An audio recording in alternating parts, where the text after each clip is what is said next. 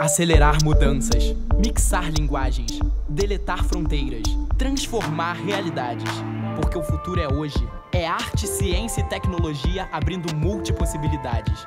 Oi Futuro, em todas as regiões do país, apoiando projetos que encontram você e milhões de brasileiros. A gente conecta, transforma e transcende. Oi, junto é bem melhor. Já imaginou como o mundo seria sem filmes, desenhos e séries?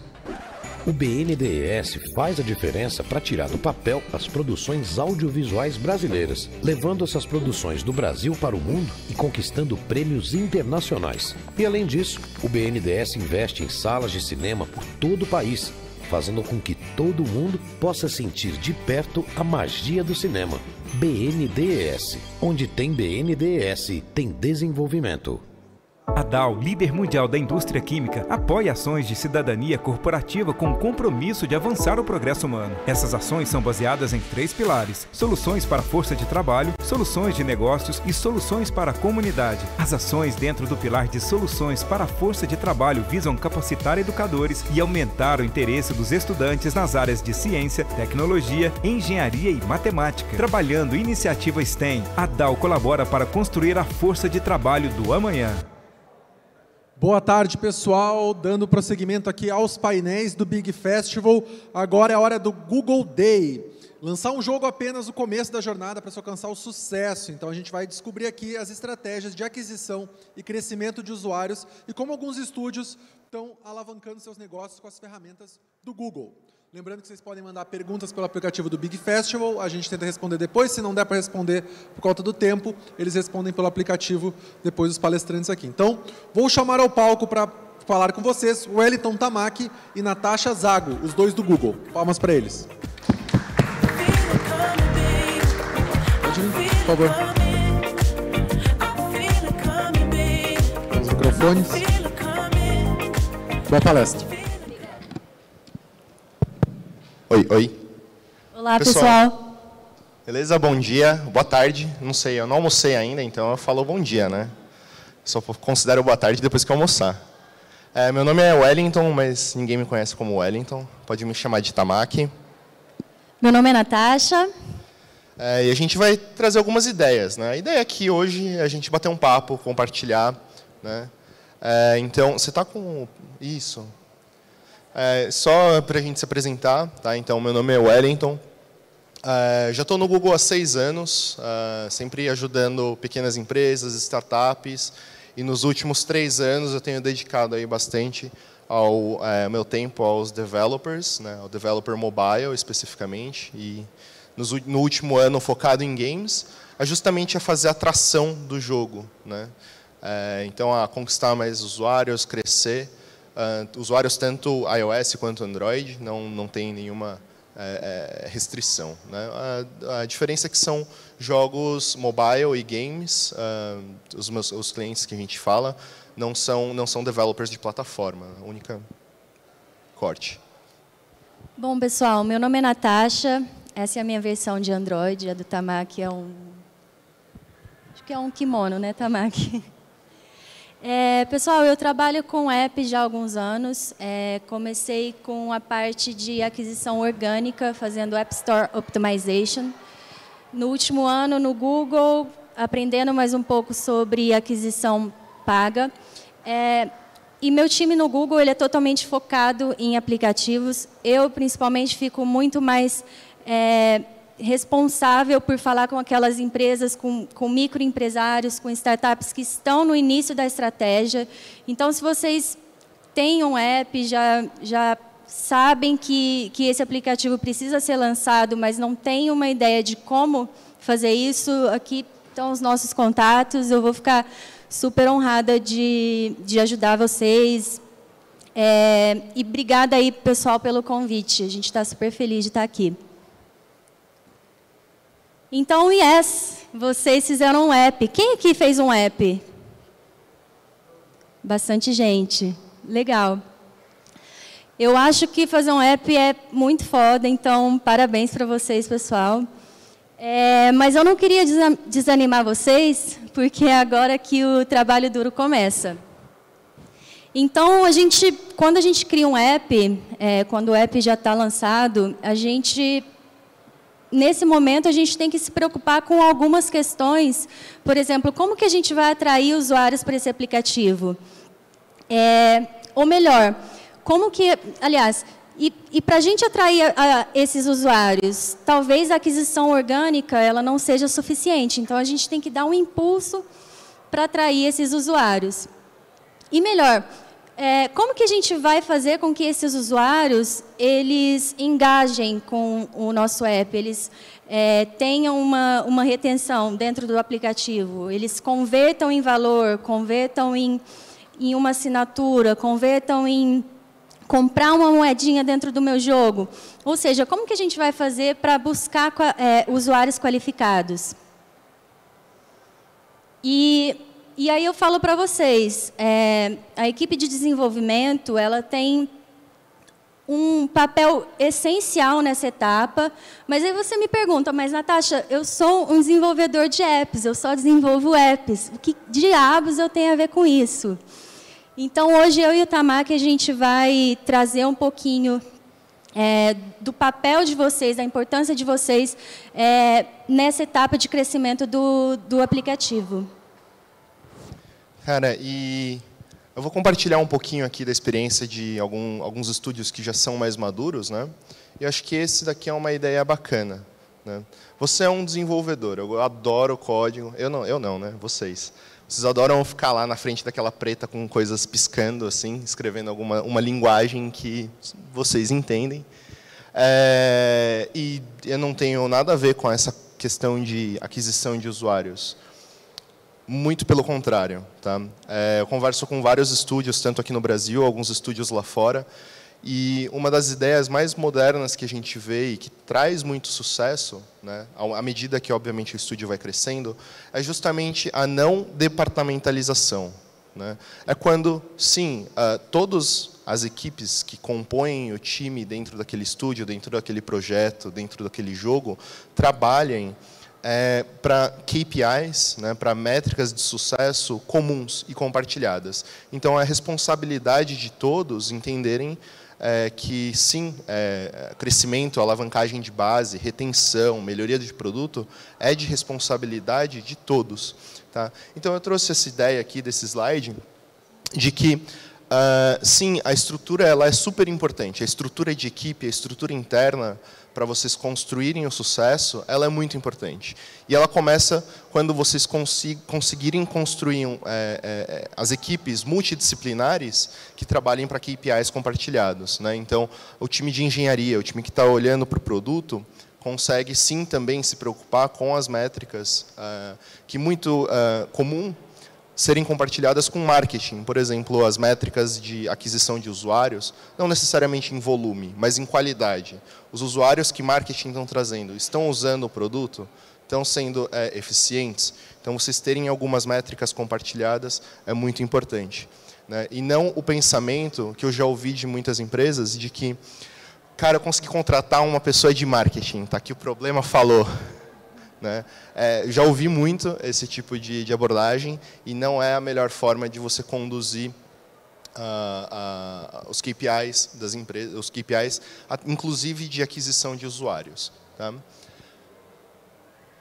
O segundo ponto que tem aqui é a questão de data science. Né? A gente tem visto muito a adoção em massa de ferramentas de análise de audiência, análise de comportamento, né, o business analytics de um game, sendo compartilhados. Não necessariamente todas as métricas são relevantes para toda a equipe, mas existem algumas métricas que são bacanas. Né?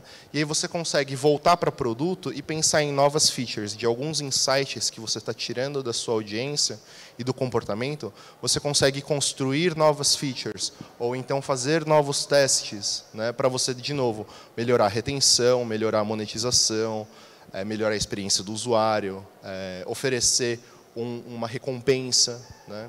Tudo isso acaba contribuindo e se retroalimentando. Tá? E dentro do marketing, que é especificamente o nosso ponto de contato com as empresas, a gente também está enxergando essa transição. O papel do marketing, que era muito focado no marketing clássico, né, que é o marketing que vai focar em descobrir qual é a melhor precificação, em descobrir qual é o melhor criativo, em operar os canais de compra de mídia, ela também está se tornando, está entrando cada vez mais e se tornando um papel híbrido dentro dessas empresas que estão mais modernas, em entender o produto, entender o pipeline, entender como as features estão sendo produzidas, para usar, inclusive, algumas oportunidades que você tem dessa geração de feature para você trazer esse conteúdo como um conteúdo criativo e adquirir novos usuários. Tá? Você pode, por exemplo, dentro de um game, trazer um vídeo para promover o seu aplicativo. Né? Mas qual o conteúdo desse vídeo? Esse vídeo ele pode ser uma gameplay, né? Os poderzinhos lá que você está usando, vendo numa propaganda que pode atrair a atenção daquele usuário. Mas pode ser também um cinematic, né? Um conteúdo mais elaborado, né? Um conteúdo mais emotivo. Ou pode ser uma nova funcionalidade que você está trazendo para dentro do seu jogo, para cativar mais usuários. Né?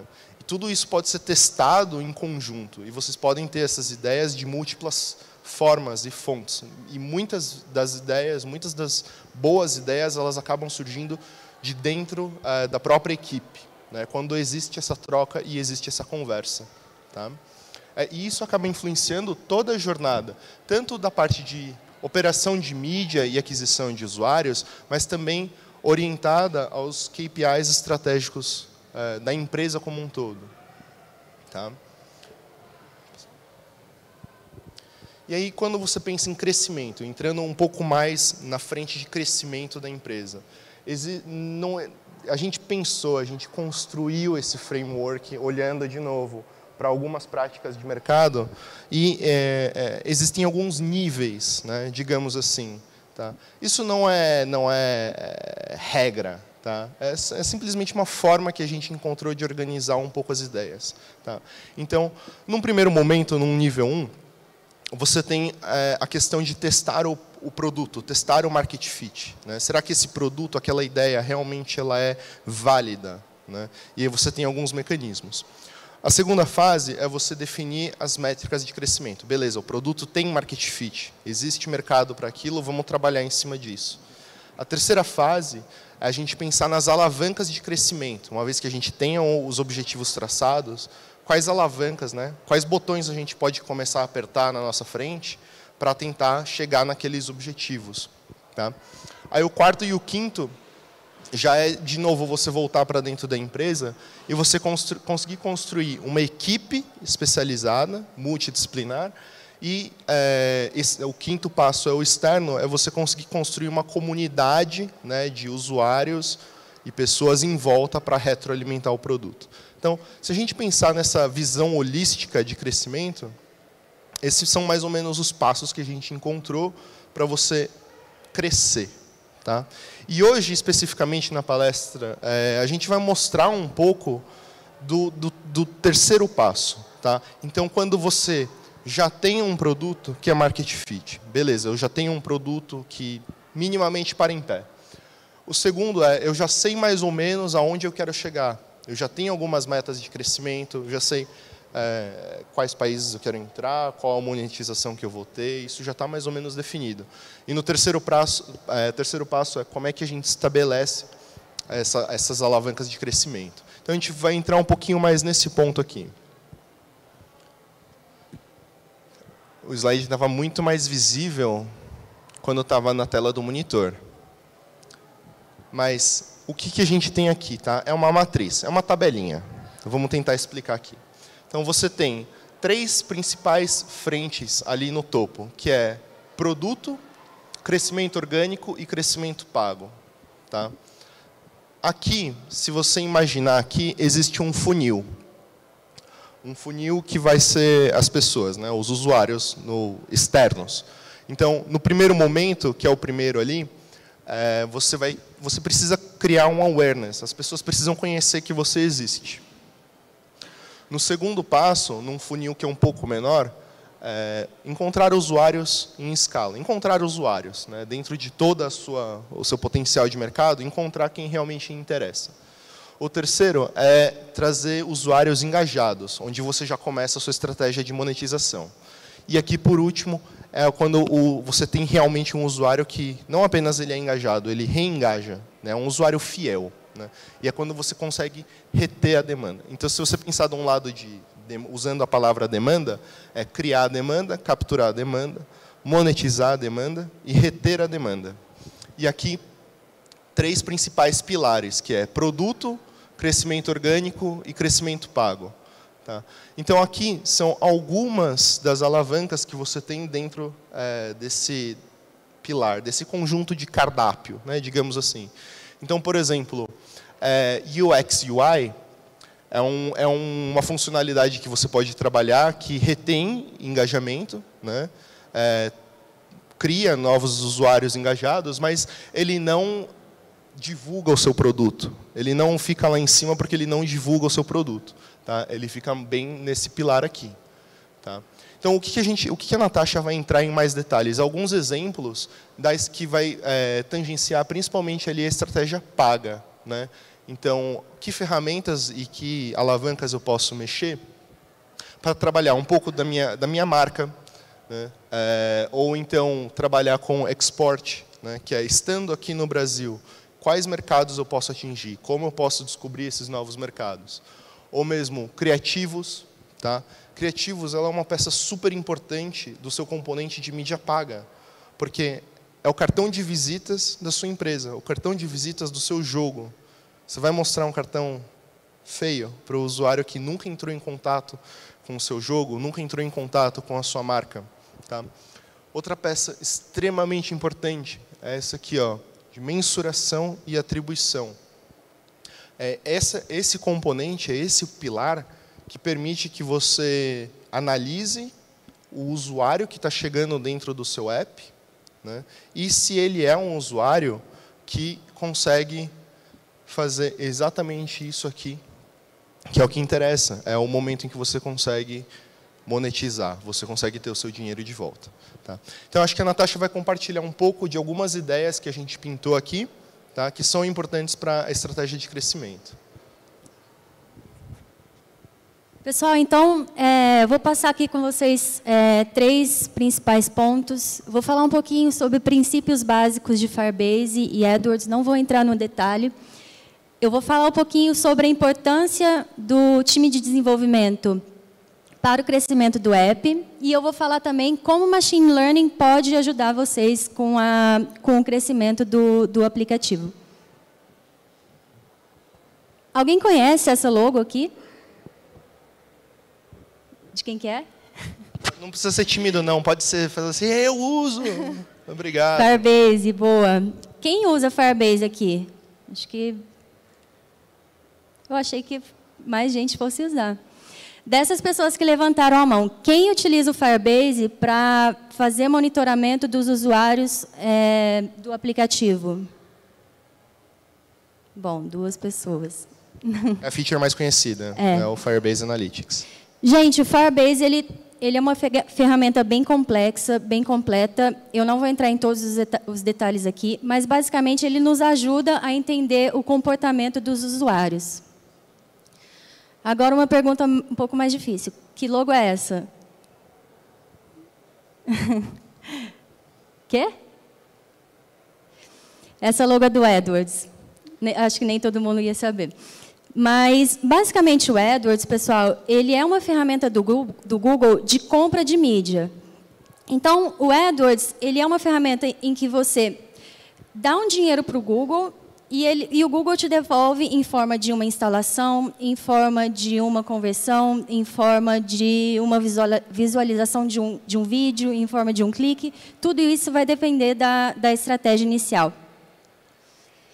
E o X da questão é, quando a gente une essas 2 plataformas, a gente tem uma estratégia de marketing muito mais efetiva e eficaz, porque a gente vai unir todos aqueles insights que a gente coletou com o Firebase sobre comportamento do usuário dentro do aplicativo, e a gente vai transmitir esses sinais para o AdWords. Então, isso, pessoal, é o que a gente tem de mais moderno e de mais avançado quando a gente fala de estratégia de aquisição de usuários para mobile paga. Para isso ficar um pouco mais claro, eu trouxe esse exemplo aqui de duas pessoas bem famosas que vocês devem conhecer. Essas pessoas, elas são bem parecidas, né? E eu queria perguntar para vocês se vocês acham, o que vocês acham que essas pessoas têm em comum? Aparentemente nada, né? Vocês sabem quem são essas duas pessoas? Primeiro, né? Vocês sabem quem são essas pessoas? Bom, beleza, pelo menos isso a gente As pessoas são muito novas aqui, a gente que é velho. Eu não, Tamar, que você quer. Desculpa. Bom, pessoal, beleza. Essas duas pessoas aqui, elas são diferentes, mas será que se você fosse fazer uma estratégia de marketing para uma delas, será que você usaria a mesma mensagem? Não sei. E se eu colocar mais uma camada de informação aqui, será que isso é suficiente para entregar essa mensagem para um desses caras? Se eu quiser fazer se eu quiser fazer uma campanha de marketing para o Ozzy, essas informações não me dizem nada.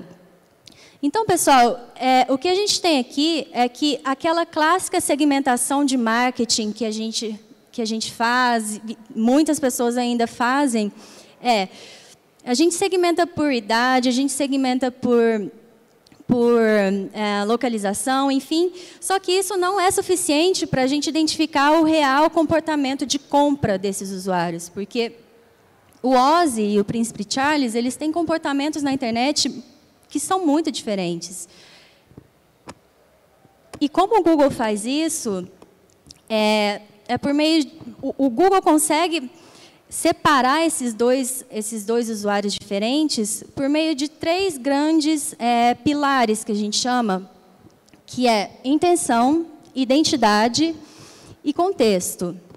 A intenção, gente, a gente sabe exatamente quando o Ozzy, vamos supor que ele está buscando uma guitarra na busca do Google. Então, comprar guitarra modelo X.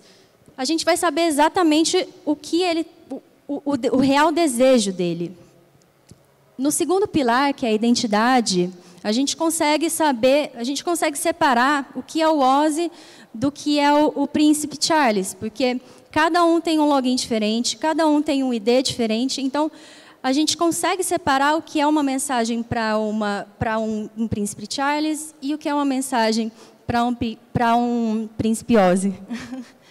E o contexto, pessoal, Ozzy e Príncipe Charles, eles têm histórico de navegação completamente diferente. É muito mais provável que a gente vai encontrar, por exemplo, o Ozzy assistindo um vídeo de heavy metal no YouTube, por exemplo, e o Príncipe Charles talvez num site de etiqueta. Então, o contexto, o histórico de navegação, isso difere muito, a gente não consegue encontrá-los no mesmo lugar.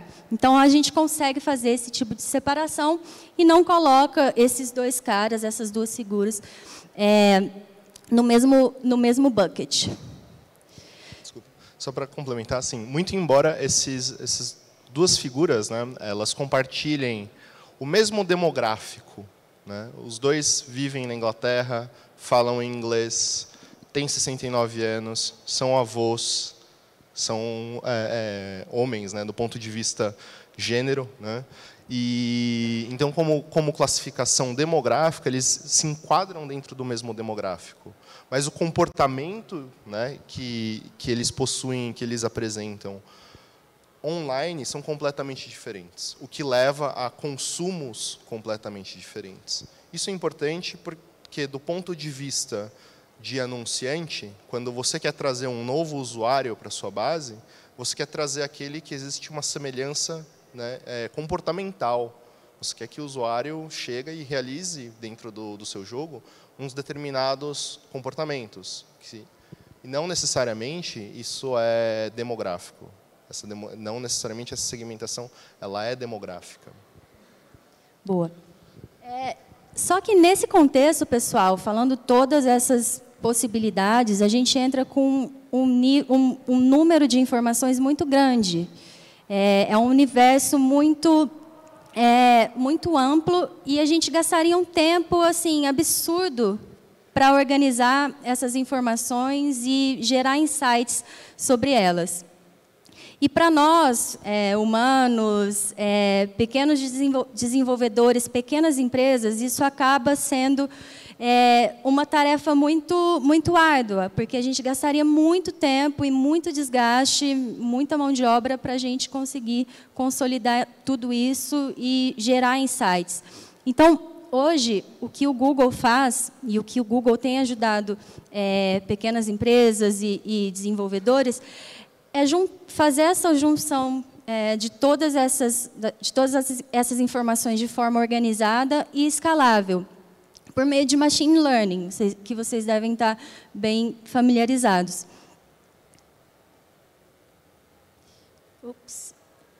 Eu trouxe aqui um outro exemplo.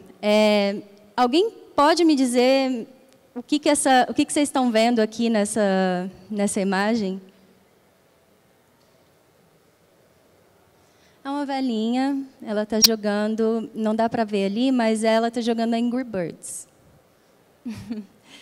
A primeira coisa assim que nos vem à cabeça é que essa velhinha, provavelmente ela está entendendo o que está acontecendo, ela deve estar apertando um monte de botão ali, talvez ela não esteja muito familiarizada. Só que, na verdade, pessoal, essa velhinha ela é a quarta jogador, ela está na quarta posição no ranking mundial de Angry Birds.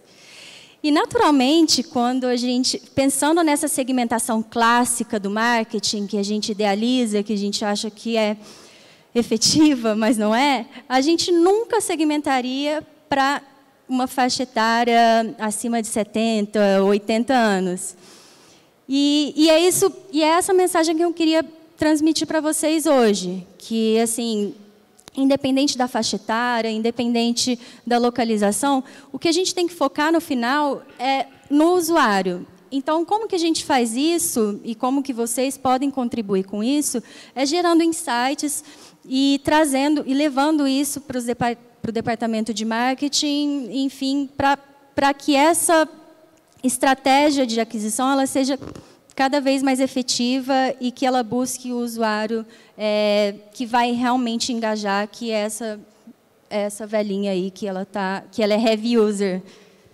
Beleza?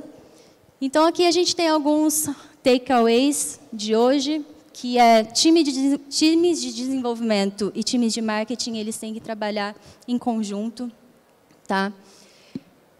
Go beyond downloads. Então, a instalação, ela significa alguma coisa? Significa. Ela está trazendo um volume para o aplicativo. Mas será que essas pessoas, esses usuários, eles estão realmente engajados? Eles estão realmente utilizando o app? Porque download por download, para mim, não faz sentido a gente trazer usuários que não convertam.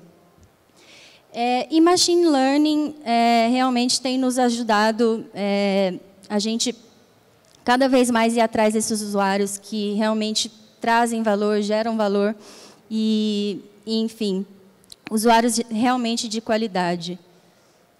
Você quer complementar alguma coisa, Tamaki? Acho que se vocês fossem o desenvolvedor de Angry Birds, vocês imaginariam que vocês colocariam como principal usuário, né, heavy user, uma velhinha? Né? É o tipo de coisa que você, a primeiro momento, você para e você tem alguns assumptions, né? Quando você está pensando em desenvolver no jogo, que você acaba excluindo. É um viés, é um viés cognitivo que a gente tem. A gente não pensou o jogo com aquela pessoa especificamente, ou com aquela persona em mente. Né? Mas a partir do momento que você começa a soltar o jogo, ele está lá disponível na loja, para qualquer pessoa que quiser baixar. E o que a análise de dados mostra é que, às vezes, você consegue encontrar alguns caras que estão fora do que você imaginou inicialmente, mas que são extremamente valiosos, são extremamente importantes, né? Esse daqui é um caso real, né? Aquela velhinha, ela é a avó de um PM que fica lá nos Estados Unidos, um cara que chama Lee Jones. É a avó desse cara. Eu roubei esse slide do Carlos.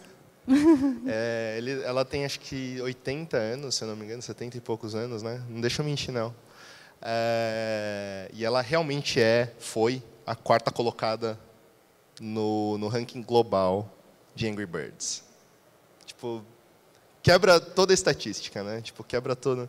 Mas sim, então você só consegue chegar nessa conclusão quando você consegue analisar os dados. Só que para isso você precisa de uma plataforma que consiga analisar esses dados. E a partir do momento que você tem essa plataforma que consegue analisar dados, você consegue adquirir usuários que se parecem com esses que são extremamente heavy users, independente da idade, independente do gênero, independente da geografia, contanto que existe uma definição clara do que é um usuário qualificado. Quando você consegue alimentar a máquina, né, feed the machine, com essas informações corretas, você consegue ter uma aquisição qualificada, né, que é justamente o ponto que vai conseguir trazer a monetização de volta para o business. É como se fosse um neném. É como se o algoritmo fosse um neném. Então, a gente ensinando, alimentando esse algoritmo de informações relevantes, como a informação de uma velhinha que é uma heavy user, a gente vai passar a trazer cada vez mais usuários que não são uma velhinha, mas que têm comportamentos parecidos com o dela, que são realmente heavy users. Acho que é isso. A gente estourou o tempo, mas a gente vai estar disponível para responder pergunta. A gente vai estar por aqui, beleza? Muito obrigada, Wellington e Natasha. Gostaria de pedir a todos que saiam da sala e retornem para o próximo painel, que começará às 13h20. Obrigada.